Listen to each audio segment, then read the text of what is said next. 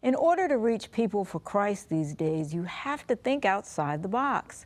Stay tuned to meet three men who do just that. My name is Yvonne Lewis Shelton. And I'm Jason Bradley, and you're watching Urban Report.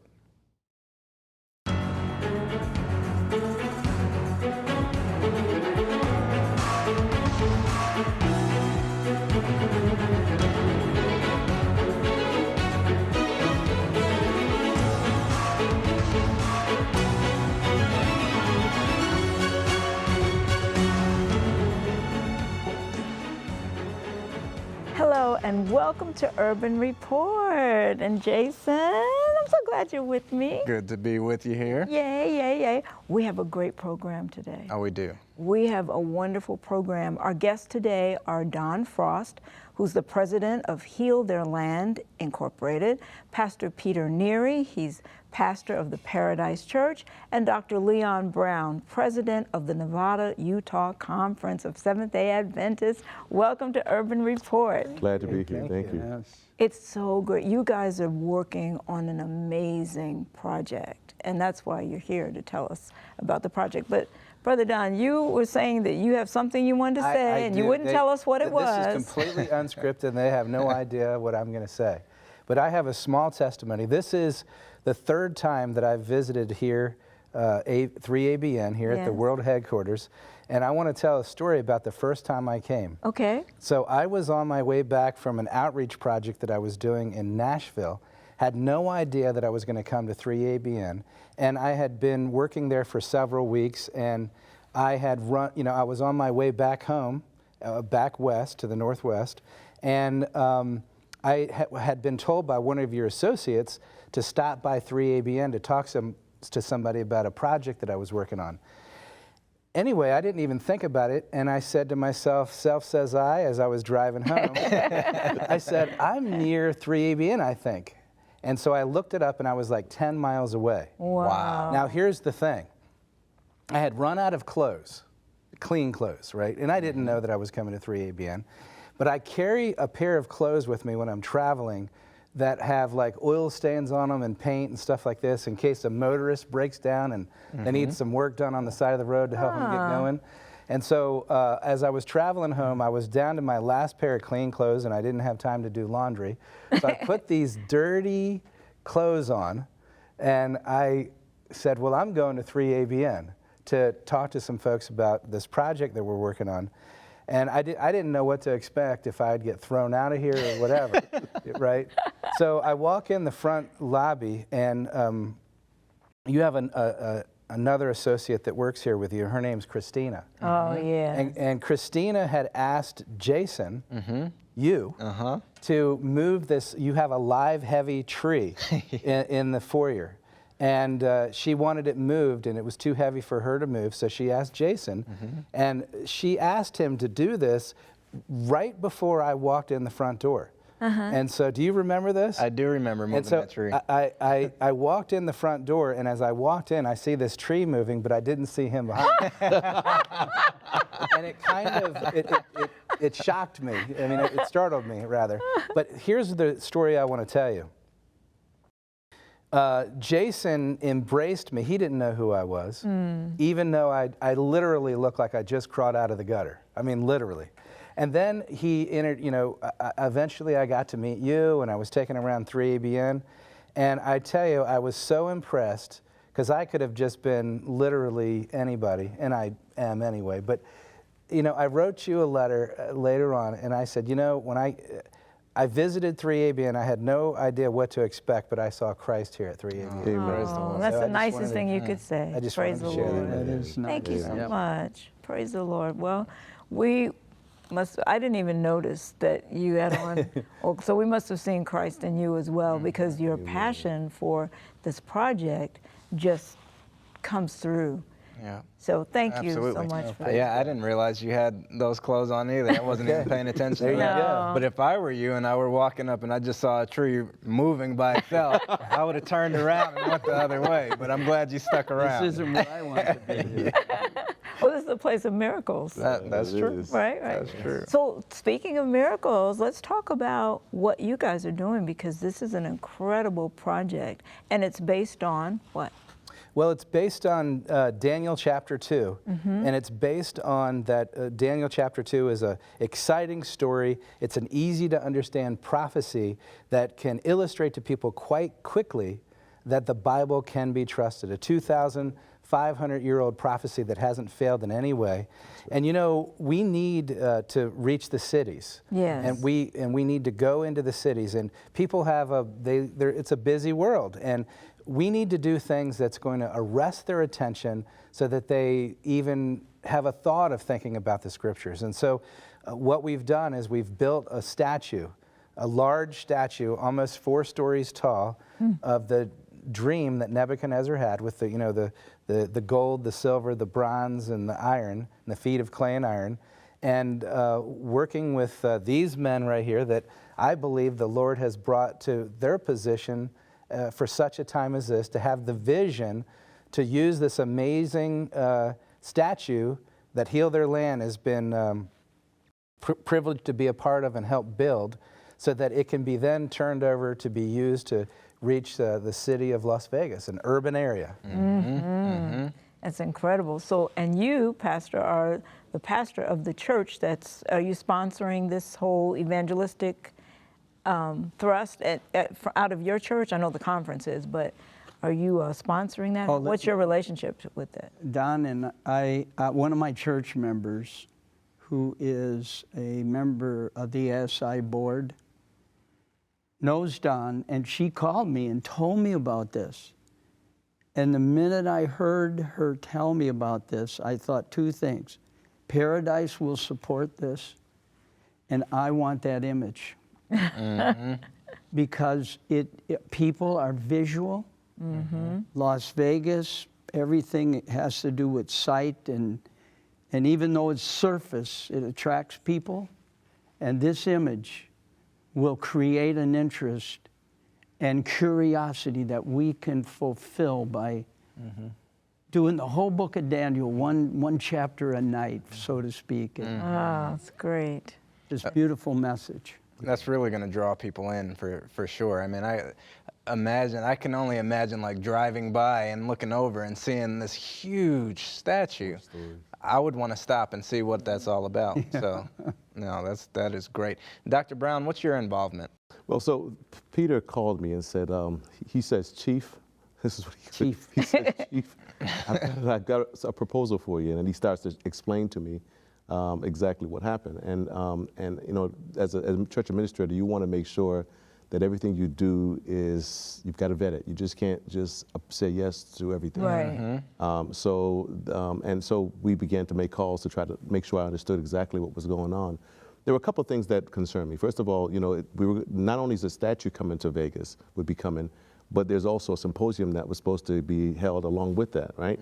So I wanted to understand how this was all going to work, what were the impacts, you know, and as we began to talk about it, I discovered that there was a Daniel 11 symposium that was going to take place during that same time. And you know, in the church, there are different views on Daniel 11. And so when I talked to the pastor, one of the things we talked about was the fact that above and beyond everything else, we wanted to make sure that this produced unity and not division. That was the first thing. We've got enough divisive ideas, and you know, and we want in the Nevada Utah Conference for things to be, you know, about unity and how to bring us together.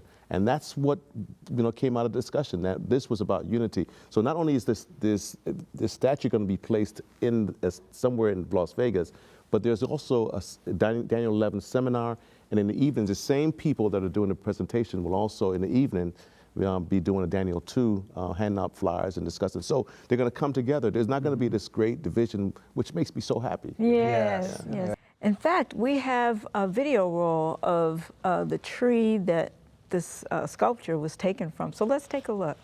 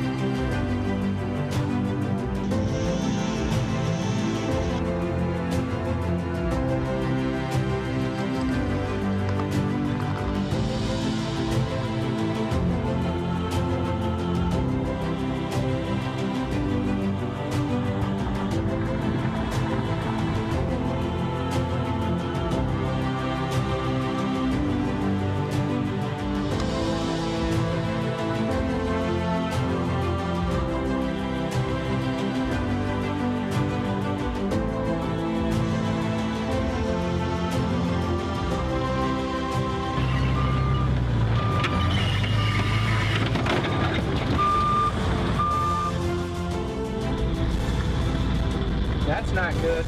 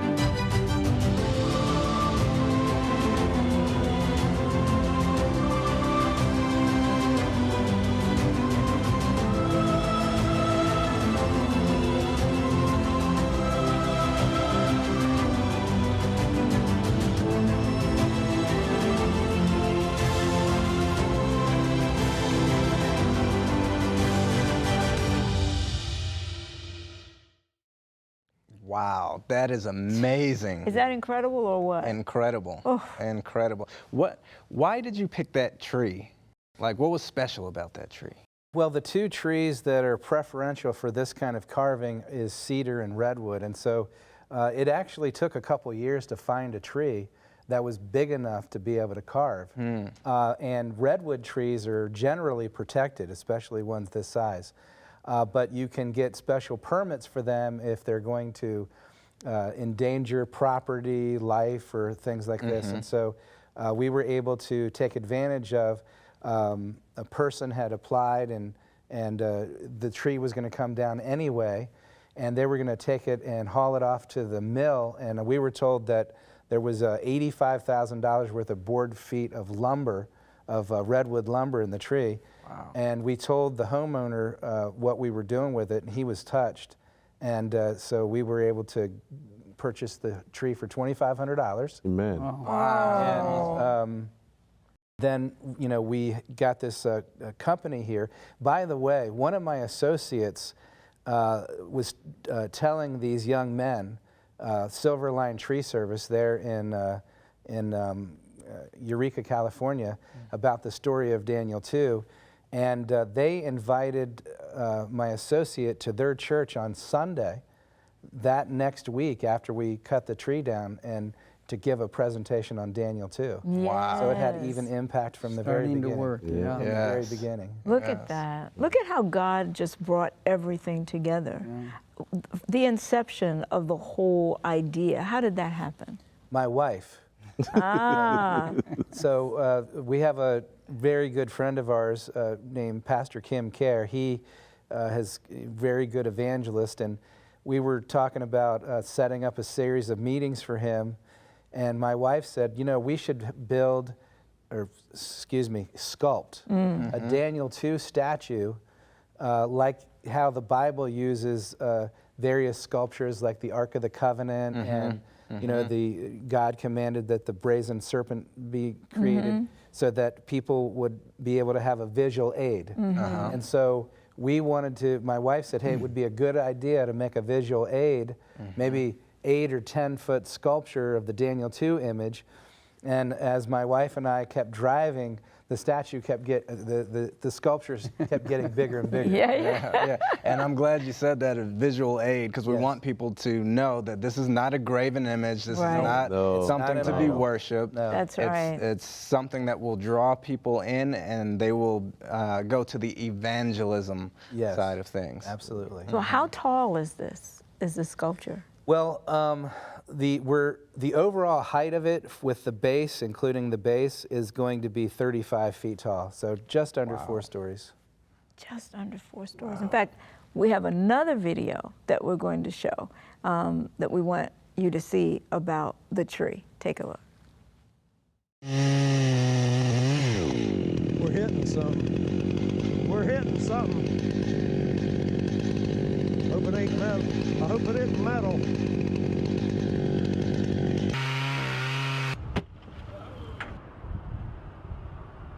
Like little marbles? Wow, not much. Some kind of metal that was drove in there. Is that what it is? Yep. See Wow. it? Right there. Looks like a spike. Looks like a spike drove in there. About that big around. Right in the middle. You're gonna have to work around that thing, won't you? Well, we went through it. We went through Yeah. part of it.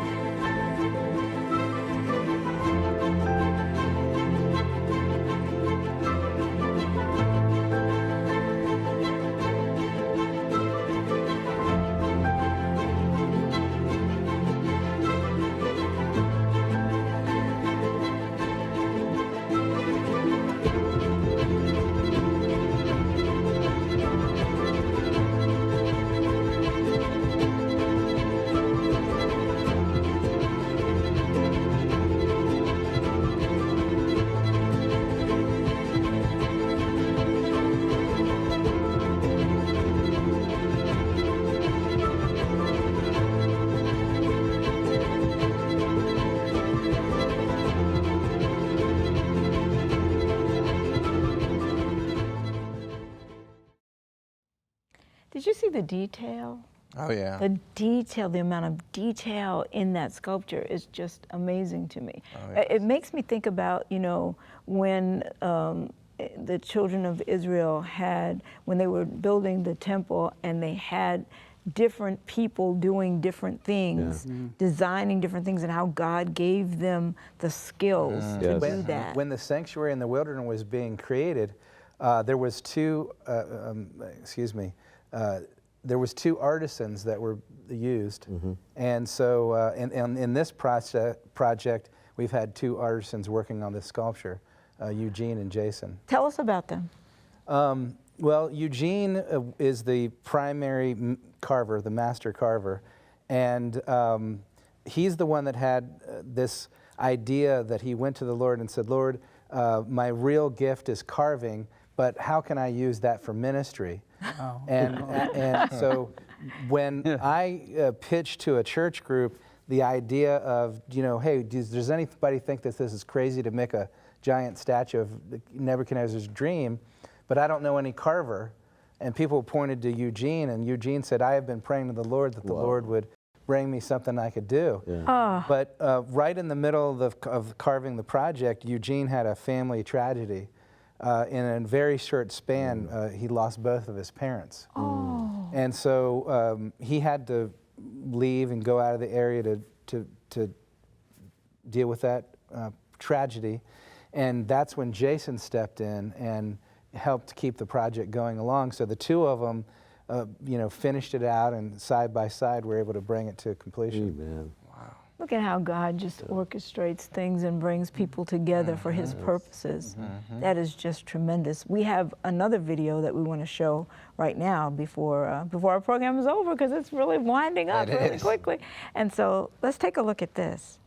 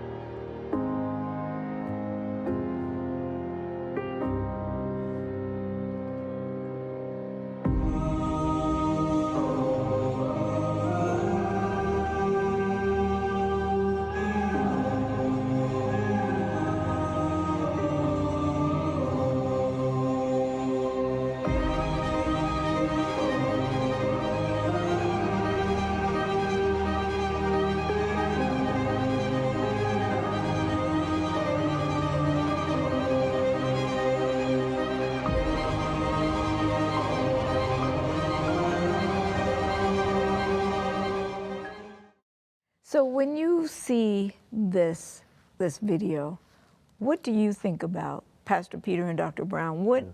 How does it affect you, and what do you think about? You know, what I think about is the fact that, you know, we're so close to the second coming of Jesus Christ.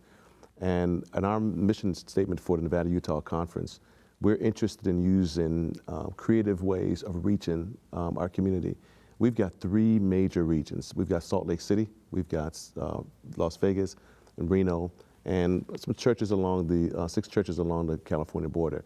And each one of those regions are different. We've got approximately almost 50 million people that come into our region just visiting those tourist attractions. And we've got to find ways to be able to reach people for Christ. And so when I heard about this, it excites me because now we have one tool and we can use it in all 3 of these regions if we wanted to. And whatever else, you know, as we look down the road, we're going to try to find different ways to be able to reach people for Christ. Yes, amen. And for me, it's, you know, I'm a convert from Catholicism. And I was in that church, and the largest Christian church in the world, and never heard of the second coming of Jesus Christ. Never even, didn't even have a Bible, by the way.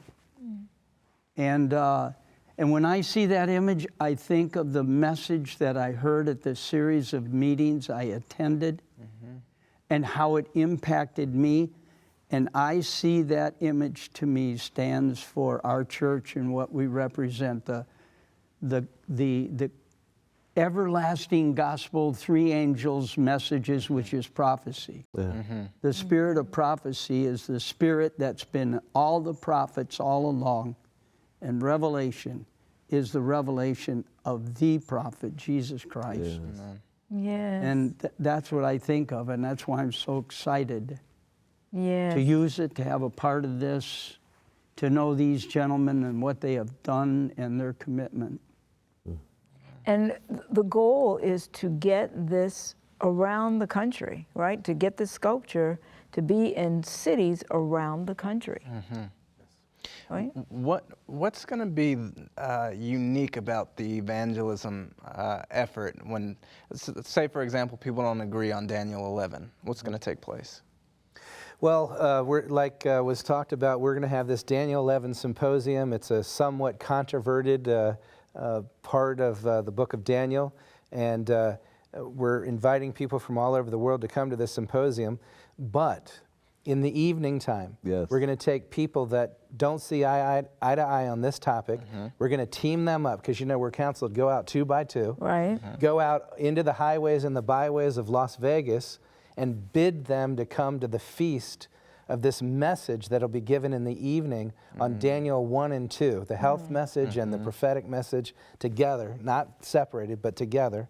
And they'll be able to co-labor.